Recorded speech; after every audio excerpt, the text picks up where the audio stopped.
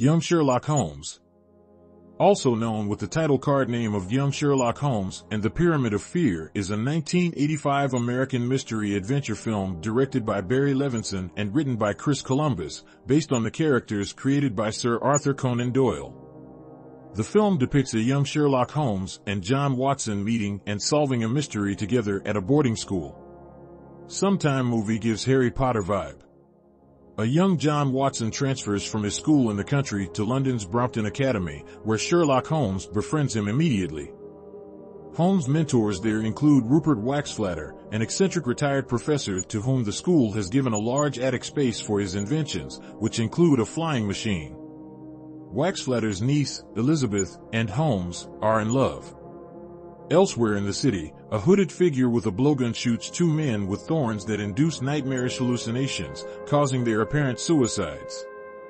Holmes brings his suspicions of foul play to Scotland Yard detective Lestrade, who rebuffs him.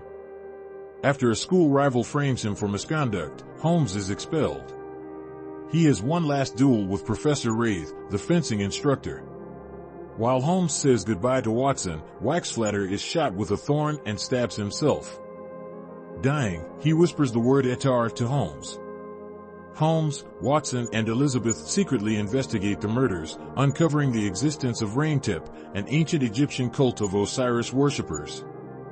The trio track the cult to a London paraffin warehouse and a secret underground wooden pyramid, where they interrupt the sacrifice of a young girl. The Raintep wound them with thorns, and they escape to a cemetery to endure the hallucinations. Back in Waxflatter's loft, Holmes and Watson find a drawing of 6 men, including the 3 victims and a 4th man, Chester Cragwitch, who is still alive. That night, Holmes and Watson go to see Cragwitch, who explains that in his youth, he and the other 5 men were in Egypt, where they looted an underground pyramid containing the tombs of 5 Egyptian princesses. The resulting protest was violently put down by the British Army. A local boy named Etar and his sister vowed to seek revenge and replace the bodies of the 5 princesses.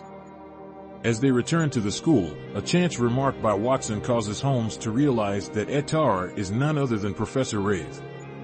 Wraith and his sister Mrs. Dribb abduct Elizabeth, planning to use her as the final sacrifice. Using Waxflatter's flying machine, Holmes and Watson reach the warehouse just in time to rescue Elizabeth and destroy the temple. When Wraith tries to shoot Holmes, Elizabeth shields Holmes with her body and is mortally wounded.